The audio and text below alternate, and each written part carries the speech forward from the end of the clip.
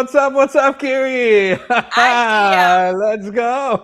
I know. Let's go. I love it because we already went into like deep dive conversation Right, before we right, even right. went live, and now we're here for episode 119, which is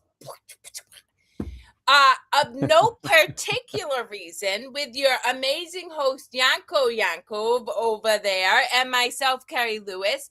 And we literally show up every week or most weeks to have a conversation about anything, everything, nothing in between, and see where it goes. We love to hear from you guys. If you Yeah. have thoughts, questions, comments, if you disagree, feel free to share. Yanko and I are always looking forward to having an engaging conversation. So thanks for being here. And what's popping with you, Yanko? Welcome, people. Kerri did a wonderful intro. With my new glasses, my daughters say I look less like a librarian and more youthful. I'm like, okay, I'm with it. Okay. I didn't even notice that you wear them because That does not sometimes, surprise me, Yanko. it's just like you experiment with things. Sometimes you show up in a new haircut. Sometimes you show up with a different skull cup or skulls or something else. So it's just like, oh, okay, Kerri has glasses today. So there you go. Yep. Yeah, All yeah, right, yeah. so let's just get into the like meat and potatoes of life, because you and I were having several conversations Mm, backstage, and something that I was sharing with you is I've really been on a deep dive about the human brain, mainly because I love it. I love neuroscience. That gets me as excited as Nana gets excited about getting dressed up in cosplay. So how we work, I don't know, but it does. And I really study the brain because I want to understand human behavior. It's super important for me to understand where people get hung up in making changes in their life. And so, I've fundamentally known about a couple of areas of the brain that can really drive success or challenges in people changing how they experience life. But two that I talk about often with the individuals I get to serve are the mid-cingulate cortex and the reticular activating system. Oh, you're so beautiful, girlfriend. And by the way, I appreciate so much, because the love and effort you give to support people in the United Arab Emirates is beautiful. And the fact that you're away from your family in the Philippines. So shout out to you. Yanko and I love that you're here. But anyway, I digress. So those two components, I know I love it.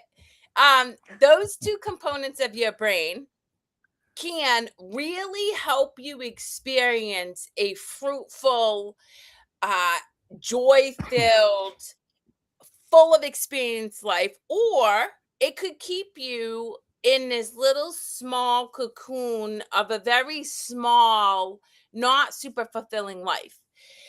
And I really encourage people. The reality is you have a responsibility to make choices and then take action on those choices. And every time you do, you build those parts of your brain to work for you rather than just showing up and having them work against you. And that's really what happens if you just blindly scroll on social media, blindly watch TV, take in all the information that society's told you to be true. Then your brain is just kind of like a mesh of bullshit, and you just blindly go along. But if you start to learn about the mid-cingulate cortex and the reticular activating system, which I can teach you happily, you can start to train your brain to work for you. And it starts with, so let's break it down. Sorry, I'm on a I'm not sorry. I'm No, on a no, that's tangent right okay. now, I'm agreeing Yanko. 100%. I didn't want Okay. to interrupt. I'm the same thing. I'm a hypnotist. I know that Yeah.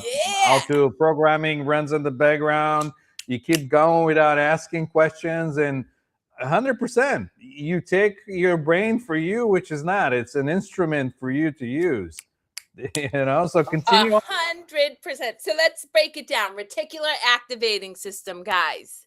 This is your brain's GPS, right? We get billions of pieces of information in seconds, and our brain cannot compute it all. So, what it does is it filters it down to a little bit of information. And what your brain is going to do is it's going to find the information that you want it to find if you train it correctly, or it's just going to find whatever you feed it. So, let me give you an example. For me, I love to laugh. So I'm very intentional. I've trained my brain to find experiences where I will laugh because I'm a goofball. Previously, when I struggled with addiction and depression, I didn't realize this, but I was training my brain to find all the things in the world that would make me afraid. It would literally look for scary situations, the scary guy on the street, not doing good enough on a test, because I believed everything that my brain was fed, which I would watch the news, I would watch the show Cops, so once I learned that I can use my brain to work for me, I started getting very clear about what it is I wanted it to find. So feeding it, and then you want to be intentional. So what is it? So you can't just say, oh, I want to laugh. So for me, I would like 3 to 5 experiences of things that make me belly roll laugh today. And my brain will start to filter out all the crapola and find that. And sure enough, I got to tell you guys, it's a rare day that I go without laughing my ass off about something. And then let's go to the mid-cingulate cortex, which I love, because when you lock this one down, guys, you are resilient and you can achieve anything. It is responsible for willpower and resilience. And so it's doing the thing that is hard that you don't want to do anyway. So for me in the beginning, when I started working out at 28, it was getting to the gym and lifting weights. It was hard. I've never done it before. Every time I picked up the weight, my muscles burned, I was sore, but I kept doing it. And because I did that, I was training my mid-cingulate cortex to grow. It's one of the few parts of the brain that it will expand. If you do not work it, though, it contracts. So if every time you take the easy road, oh, I want to go to the gym, but you know what? I'm going to just keep scrolling. Oh, I want to change my diet, but you know what? I'm going to eat the bonbons. The problem is it starts to shrink, and it works against you because it makes it harder to do the thing that you want to do, but you haven't done to grow that. So those are 2 things that can help you expand your human experience if you so choose. And if not, that's cool too. But it's very helpful in the work I do with people who struggle with mental health and addiction, because if you can choose to do one tiny thing that's uncomfortable for you over and over and over again, you start to build that part of your brain. And then you can choose one more thing and one more thing. And then you look back on a year from now and you've changed all, so much of your life. It compounds. Yeah. Yep. It gets stronger and knows what to do, and yeah. But this is the default mode of operation. I concluded. Most people, their brain or their animalistic nature, it's there to protect them, so they constantly look for threat. Like back in Yep. the day when they're in the fields or foraging for food. Is there a tiger over there that's gonna get me or something else? And this has been in the DNA for many, many millennia. But now we're pretty safe. We don't have tigers going after us, and we invent our own, We our do. own, Yeah. yeah. And that's where it starts, and it happens Oh, automatically. exactly. Which is why, Mm. and I watch this all the time, like even in my own house, even my own children, like how often they're just checked out, like they're just scrolling.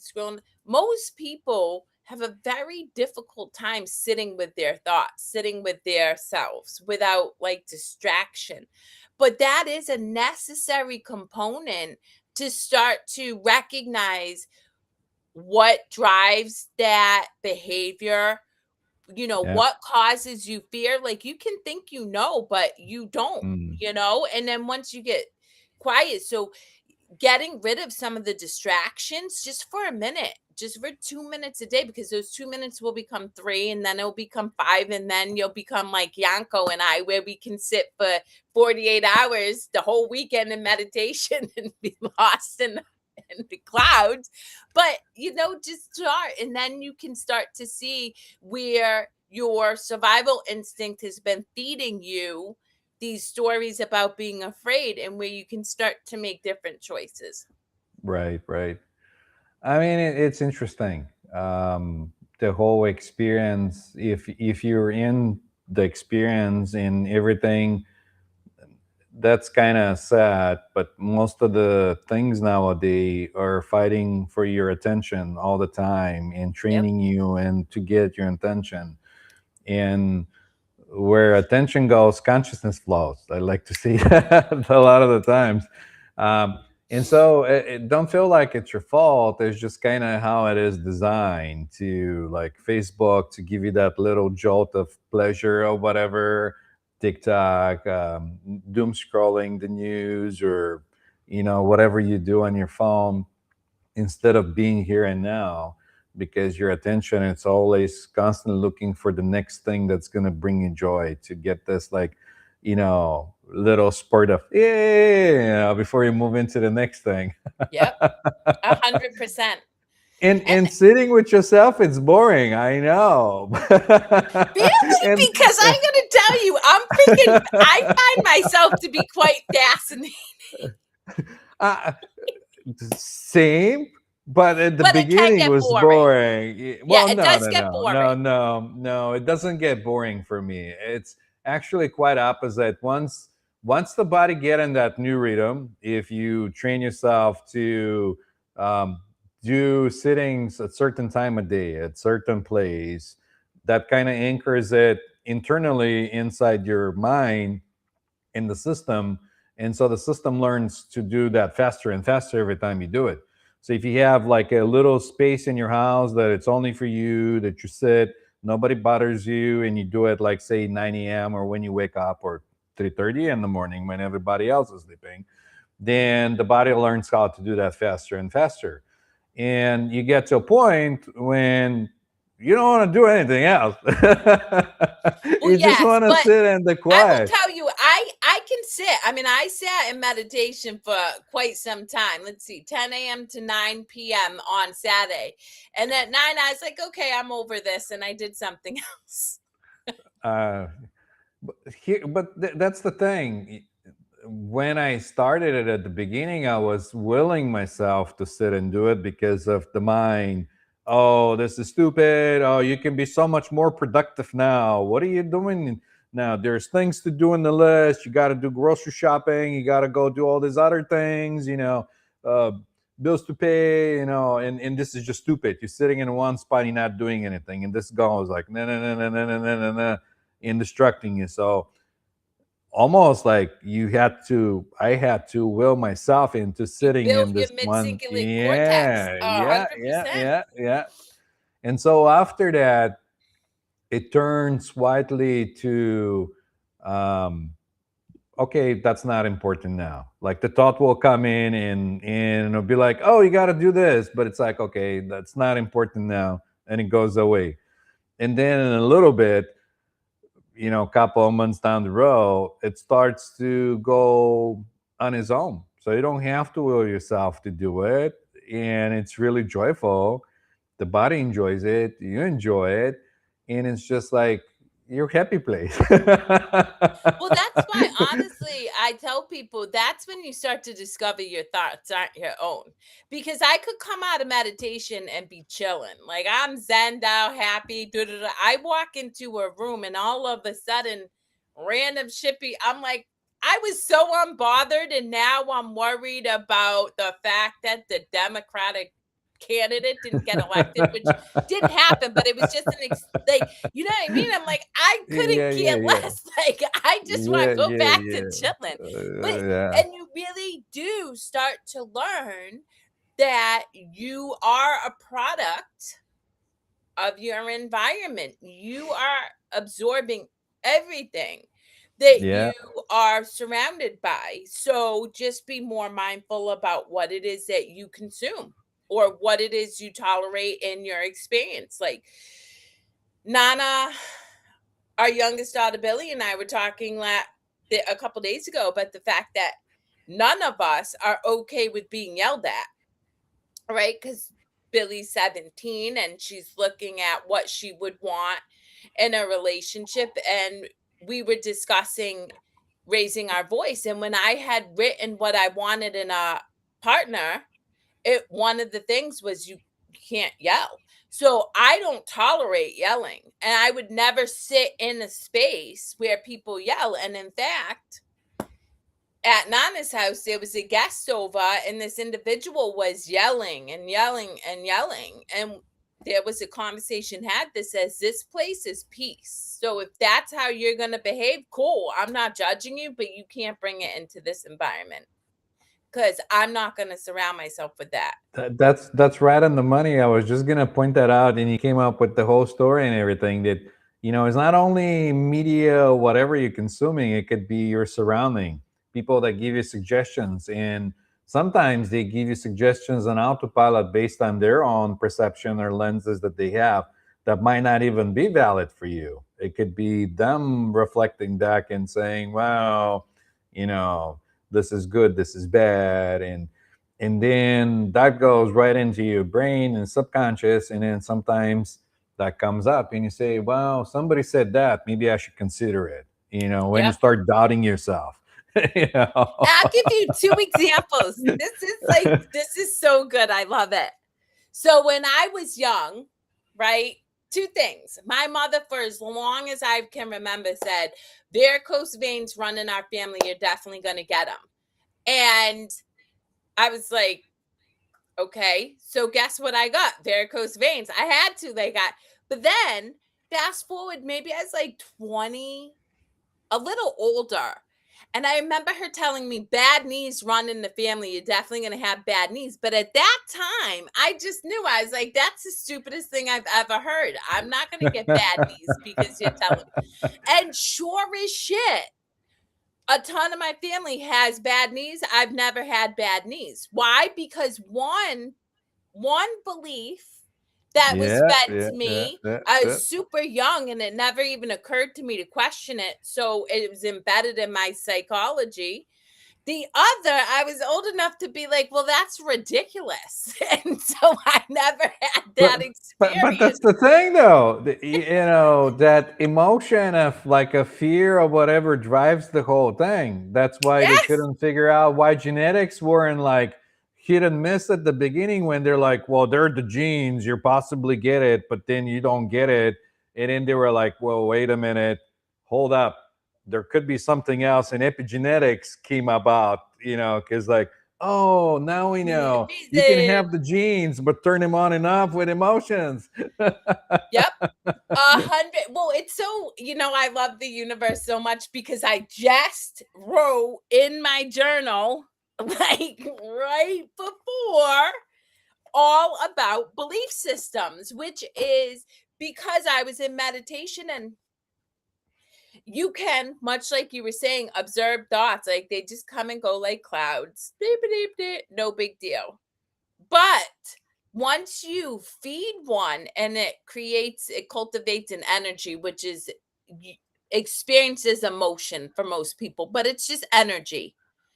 You then have created like the opportunity to make manifest that belief. Because think about it, like we have so many beliefs out there that are different from person to person. One person may feel very, very strongly that, you can't eat meat or blah blah blah, and they really believe that. So if they eat meat they get sick, whereas somebody else might believe, oh, I am the healthiest person ever by being on like a all meat low veggie diet, and guess what, they're healthy because that's what they believe. So that's why I encourage people, don't blindly subscribe to beliefs. Like examine what feels good for you, and then lean into that, and hopefully whatever you lean into brings you joy and it connects you with people, because one, we're one, so there's connection is a gift no matter how you slice it, but two, we are meant to experience joy, to experience heaven on earth, like bliss. Yeah. And that's, by the way, it's our default mode of operation in bliss. But just because of going out there and, putting our energy in different places and things, we have different experiences. But you 100% on. Sometimes you don't even expect in your beliefs. They just came in and you adopted it for so many times. They became normal to operate, and just like the animals in the forest go through the paths that are already Laid out. made. Yeah, same with your brain. It goes to the shorter path. It's harder. Why do extra work? Well, but that's exactly it, to develop your brain and to build and cultivate a unique life that really is curated and um what I believe is creation led. You actually have to choose a harder path. You have to choose to think, because it's going to build your brain to work for you. And it can be challenging because you get rejected. I've certainly been rejected thousands of times by individuals, but I also learned a lot about myself, and I learned that I really like myself outside of who society thinks I need to be.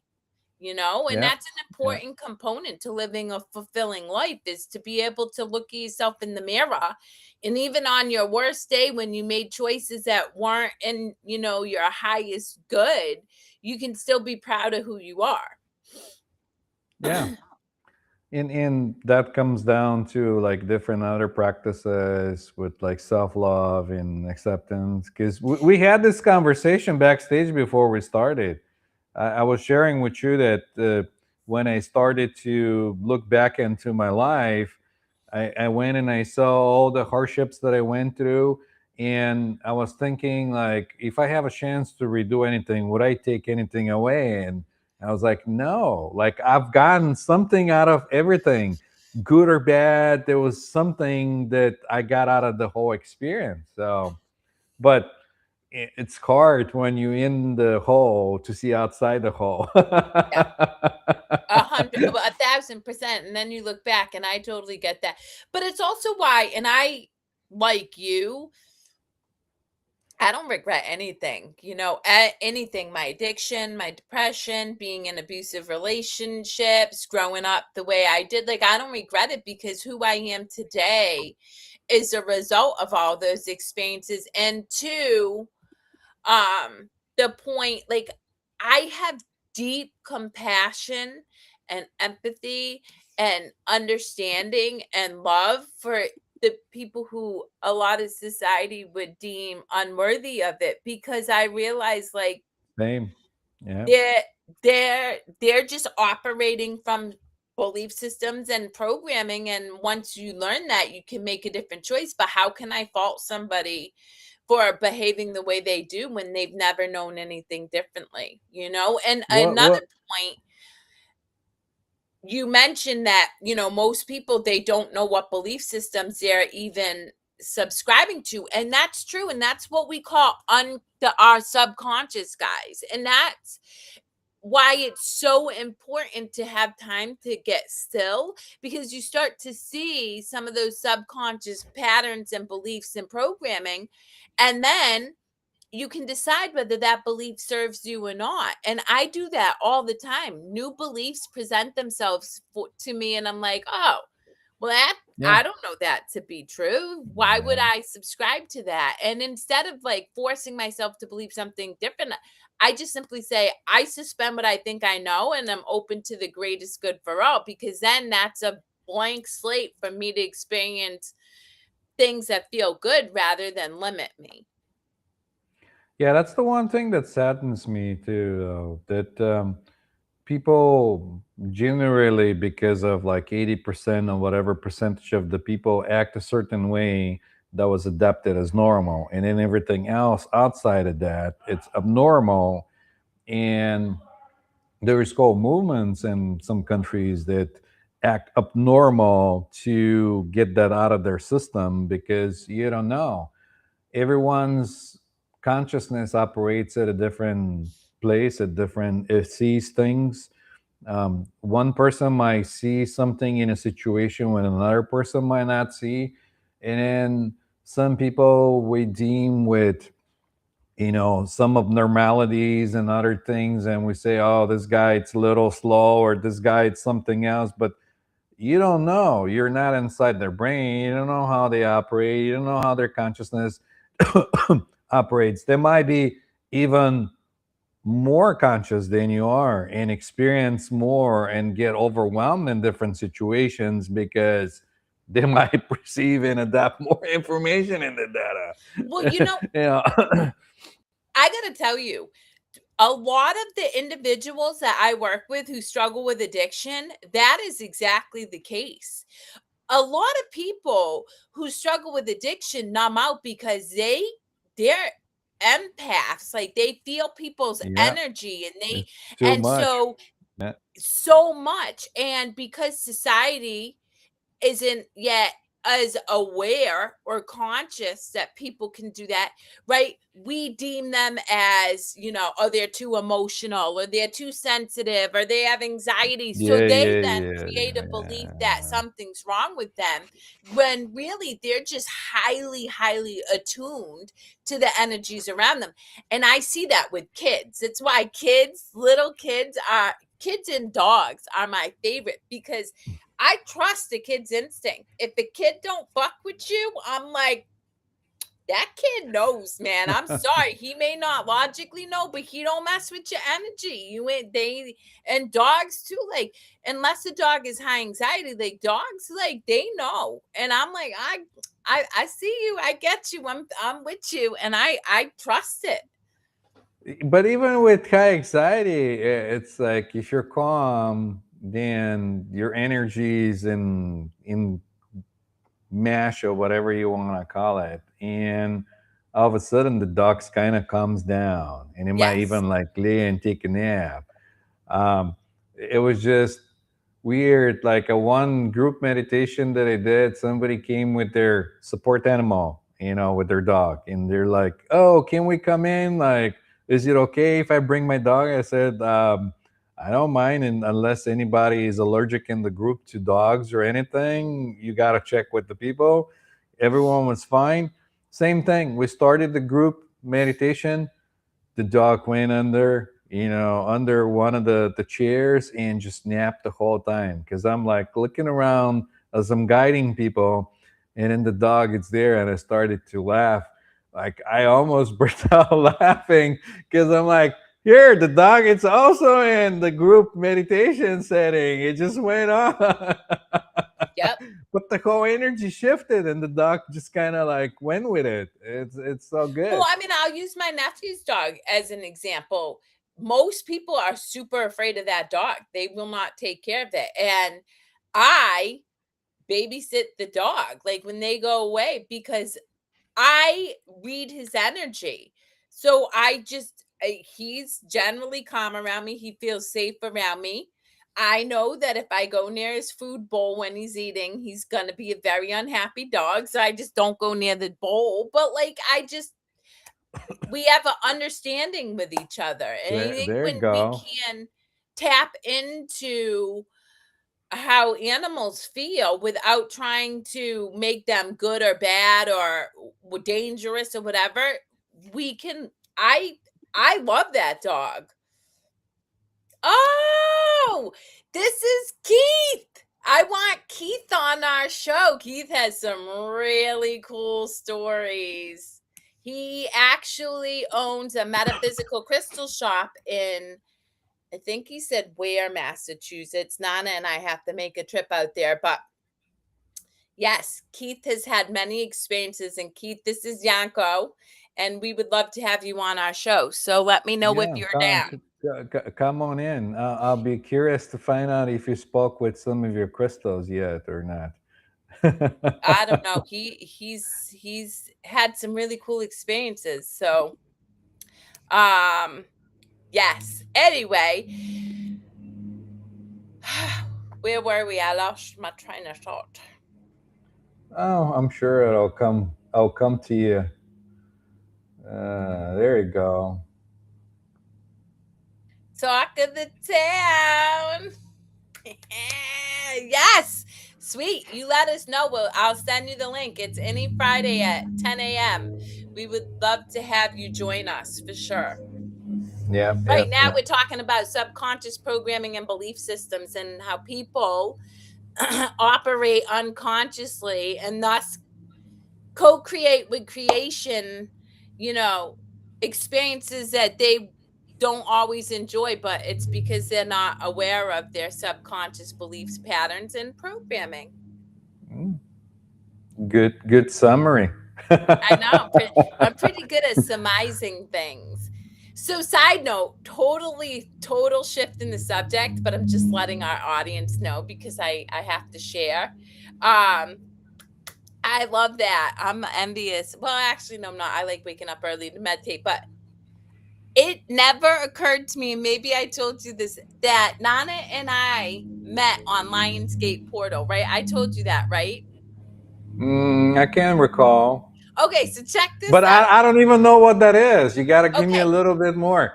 so you and I, well, okay, I study theology, right? World theologies, old scripture like the Rig Vedas and Bhagavad Gita and the Tao Te Ching, things like that. So I learn about all these metaphysical ideas through the community that's connected, but have backed into it or connected with spirit through like astrology and Mm, um like the Kabbalah, the all those things. So anyway, the Lionsgate portal is 8-8. We know that 8 stands for infinity symbol. So it said that the Lionsgate portal is the portal in which you make manifest your desires more, I don't mm, know, quickly or whatever. So, and then this year was said to be the most powerful Lionsgate portal of the decade because the alignment of Jupiter, which is the planet known for luck, I think. And now this is all paraphrasing, guys, because like I said, this is what I've been told. I don't really study this much. But anyway, so here's the story. Nan and I went to celebrate our anniversary. And the way things unfolded, of course, all the plans we had fell through. So as we're driving, we're like, let's go to the beach. And on our way to the beach, I drive by a metaphysical shop that I love, Taproot in West Boylston. Amazing, love it. And so I pull in, I'm on a whim. I'm like, I'm going to go in here. So Nan and I are talking to the shop owner and we're telling her that we're celebrating our anniversary. And she's like, oh, when did you guys meet? And I said, August 8th. And she's like, shut up. You guys met on the Lionsgate portal. And I thought about it. I'm like, oh, yeah, I guess I never thought about it. We've been together 6 years, never really thought about it. So I'm thinking about it. I'm like, oh, that's super cool. Because me and Nana have always said the universe put us together. The way in which we met, it was just amazing. I love our love story.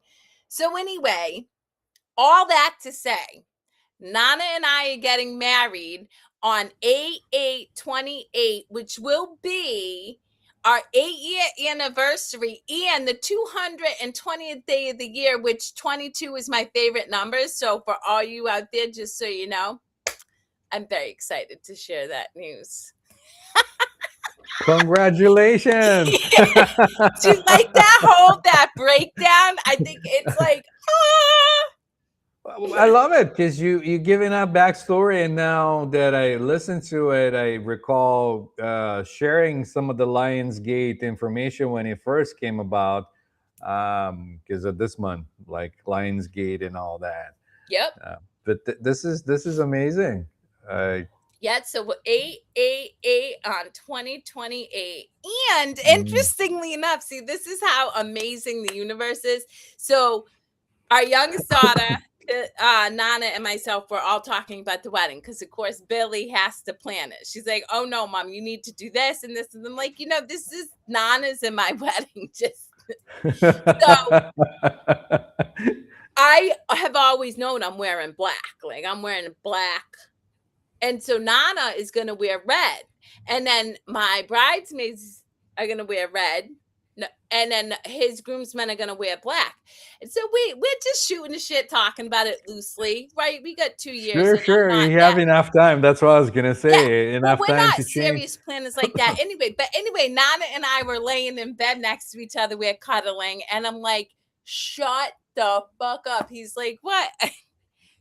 The reason I said hi to Nana the very first day we met is he had bright, huge red glasses on, a bright red watch, and I was wearing all black.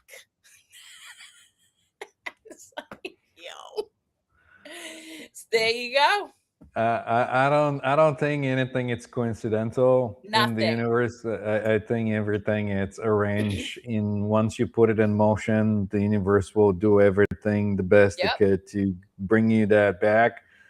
Planting the seed of whatever you want. And yeah, lucky dad, 8864. That's the birthday. I love that. Hang on. Also, the birthday of people on the day. I don't know what Sense8 is, though. Do you know what that is? Yeah, that was a show. I didn't get into it. It's like a sci-fi kind of show. Yeah, Ah, that's wicked cool. yeah, yeah, yeah. I All mean, right, so and that's the other thing I was gonna say.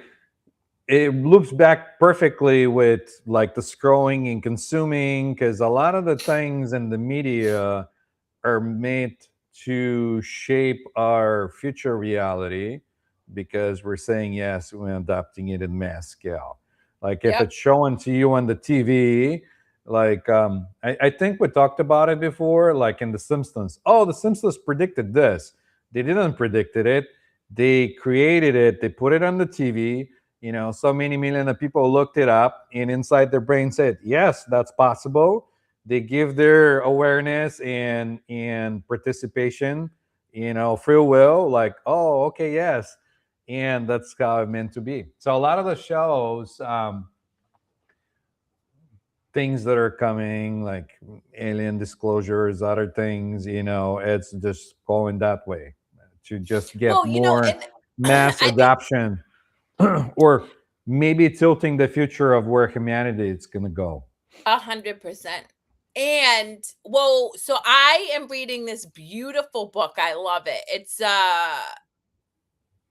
Gopi Krishna's Discourse. Anyway, um, he Wow, you're really proposed. into them. You were reading the other one last week, and now you're Yeah, no, into I really, discourse. I bought right now. I'm on a Gopi Krishna kick, but Gopi then I'm going Krishna. into all my enlightened women because listen, yes, at the end of the day, we're just feminine and masculine energy, but I have made manifest into this badass female body in this human lifetime, so I'm going to represent the baddies, all those bad There you ladies go. who showed up and um became self-realized. But anyway, so he was saying, which I totally get, mainly because of the experience I'm going through, the Kundalini transformation, what you've gone through and other people, that there is humans are meant to evolve, and there will be what Yeah. he says is like a superhuman, and it's not a superhuman like that I'm better than you, but you will have more of your brain activated, Yeah. you will use your pineal Yeah. gland, you will be able to, you know I can randomly It, read it it thoughts of loops other back to people. what we talked about Yep. with more perception. As your consciousness expands, you get all these other sensories indicate, like activated. You're getting more input, and you gotta adapt and Yes. be able to hold all that stuff. Yeah, And continue it on. it is a learning process. That's something that I didn't really realize. I was like, "Oh, I'm gonna go through this, it'll be great." 100% not. You have to attune skills just like everything else. You have Mhm. to attune your abilities Mhm. and learn, and so it is it. And now I understand where the process is just meant to be fun. You're not supposed to take it so seriously, Yeah, because you can yeah, get really locked into this idea of achieving a result rather than just moving through the experience, same as watching your thoughts move through your brain as you're in yeah, meditation. yeah, yeah, yeah, Yeah, yeah, yeah. but that's even It's designed that way so you don't have premature, burst of whatever you have. well, that's And nature, because yeah, ego, right? yeah. Nature does stop um There's harm. protections But in place. yes. Yep, yep, yep. Yep. So you don't And burn your my nervous prayer, system off, or you don't end up in like a psychic ward or something, because but it's it's like true. too much. I see ghosts or I see this, and they're like, "No, you out of your mind." Yeah, but people who have, there is universal laws. We are beholden to the universal laws of Mm, cause and effect, the yep, polarity, the law of transmutation. Like, we have certain laws that are non escapable. And that's why in every scripture I've ever read, and I've read many, they're fundamental: non judgment, compassion, mercy, give and you receive. You can't hoard. Like, now I understand, like, the 10 commandments of gluttony and pride, and because all those things contradict the universal laws of nature of. And so once you understand those, then as you go through these experiences of expanding your consciousness, you're protected, and you're not going to end up in the insane asylum or shut down the by nature, because you're a threat to what it is, because it's a power that is really, it's a gift. I mean, we as a humans, we want instant enlightenment, and and that's becoming a thing even in the East, where people offer that, and people travel up there and they sell them instant enlightenment experiences, all these other things, and you want it now, now, now, like you want it to be done and get everything going, and that's not the point. The point is the journey, not the destination. To Yep. go through the whole thing, so you have this gradual unfoldment of whatever unfolds, and you don't force it. um, Yes. Uh-huh. Well, and that's what I like about this book is that's exactly what. And it's so funny because the nerd in me, the scientists in me, right? Everything we talked about at the beginning of this show speaks to that. Building your mid singular cortex, building your reticular activating system. If you know how to work with your brain, it takes effort, right? It takes me being very present with my actions, my thoughts, my behaviors, examining, the choice I made, and did it feel good, or could I have shown up and been more compassionate, whatever, over extended amount of time, like a pretty lengthy amount of time. But in my curiosity about the brain and building those parts of my brain, it has opened up my ability to tap into higher levels of consciousness slowly and surely. And even that, I am constantly having to be aware of, oh, am I feeling other people's energy? Is this my energy? Is that my thought? Is this their yeah, thought? Do I want to yeah. subscribe to this or do I not? But I do want to leave the listening audience with this, because it's really important. You made mention of The Simpsons and how the collective, the millions, right? They saw that episode, they believed it, they fed it, and so it made manifest. We as a humanity have a responsibility to observe and consider what it is we're consuming, because you're 100% right. If we have 52 million people in America feeding a negative fear based narrative of news, of Yeah, crime, guess what? All we are doing is co creating with creation more of that stuff. yeah. It's why when somebody talks to me and they go on this tangent, and a lot of my family members try to do this, and I just walk away about this, that. I'm like not interested, because I'm not interested in co creating a reality that makes manifest fear-based belief systems and ideas in the future. It works both ways, though. If the collective manifests and puts it out there, then you also tap into it unconsciously, or you can tap into it in your dreams. You can. I had situations where I'll dream out a certain fear that I know there's no point of like having it all from the mass in a certain time, like say election day. People are getting anxious of who's gonna be the winner or whatnot. And I'm like yourself, not into politics, so I'm like, where's this fear coming from? And I ponder about it in a while because there's also information. I don't know how true or untrue is that there are certain technologies that could be used to mess with your psyche or project fear and keep you in fear. So it was kind of interesting to see like Well, again, and when you're how not that could work both ways. Not only you sending fear to the collective, but the collective also sending fear back to you, even if you're in like a Zen kind of state. yeah, but that's the thing is to examine it and recognize that that's not even a thing, right? So, and Yeah. there's a beautiful book. It's a little dense because this man was a dry writer, but I love his work.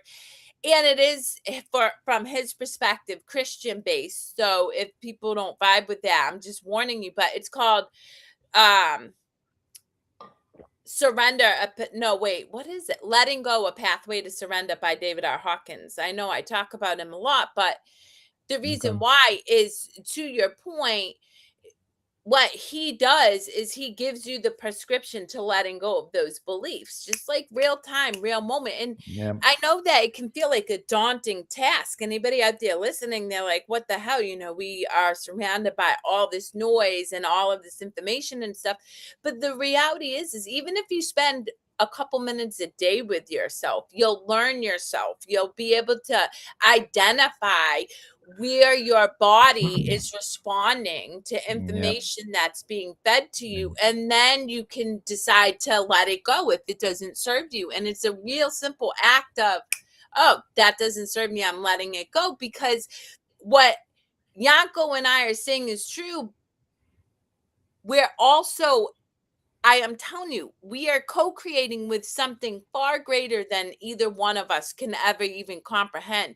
And trust and believe, creation is working for us, not against us. Like, it doesn't want you to experience suffering unless you feed that suffering. So if you say, I'm not Unless you interested want to. anymore, it's not If going to you're feed it. unconscious, yeah, it feeds you unconsciously. Yeah. So, Yeah, like what's his name? It escaped me. That says that if you don't make the unconscious conscious, it's gonna run your life, and you're gonna Carl call it Jung. a fate. Carl Young, there you go, and you're gonna I call it a love Carl fate Jung. because he runs an 100%. autopilot, and you think you're making decisions, and it's so funny when you think about it. It's like, who made this decision? I did, but who are you? It's me, but who are you? Well, it's also, he also said what you resist persists. And I love that quote. Yep. And I use it a Yep. lot with the individuals I support, because what happens is somebody will feel anxiety and they try to push it away. Oh, I shouldn't feel anxiety about being around my family, right? Yeah, Well, if yeah, you're yeah. feeling it, you're like, it's a gift. It's a Mm, gift to you. So instead of resisting it, what is it that anxiety is coming up for you? Is it that, you're sick of your dad always nitpicking you for the clothes you wear? Who knows, whatever, right? And but that experience offers something, and when you don't resist it, when you don't judge it, when you look at it from a curiosity perspective, you get to learn how your body responds to your environment, and then you can make a different choice. And that's why you and me always talk about awareness, because once you're aware, you can make a different choice. You may not make a different choice, and in the work that I do with people, that's often the case in the beginning. They're aware of it, but they still make the same choice, which is okay too, because then you're getting that contrast, you're getting that information that, oh, yeah, drinking 2 bottles of wine at night does make me feel like shit in the morning. Oh, yep, that happened again. So maybe I'll make a different choice. And then over and over, and eventually you decide that you want a different experience and you have information to do so. And you don't even have to decide. It could be like outgrowing something that doesn't serve you anymore. Because I think we always look to be in symbiosis with ourselves and be Yes. whole, full, and complete. And something serves us and brings us to this illusion of being whole, full, and complete. And you using it until the next thing comes in. And then you outgrow it. It's just, it doesn't serve that purpose anymore.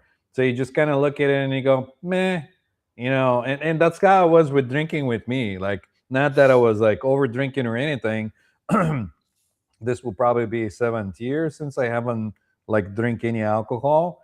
But it wasn't like, oh, what am I gonna do without it? I'm gonna miss it. And if I sit in like a party with friends or whatever, no, none of that. It was just like it doesn't bring me anything. So why do it? Yep. Uh, yep. It But that just was an naturally awareness. outgrows. Yeah. Yeah. 100%. Well, that's why, I always, it's so easy for our ego to need a plan. I need to figure out all the things I have to do so Mm, that I can make, this happen and da da da da.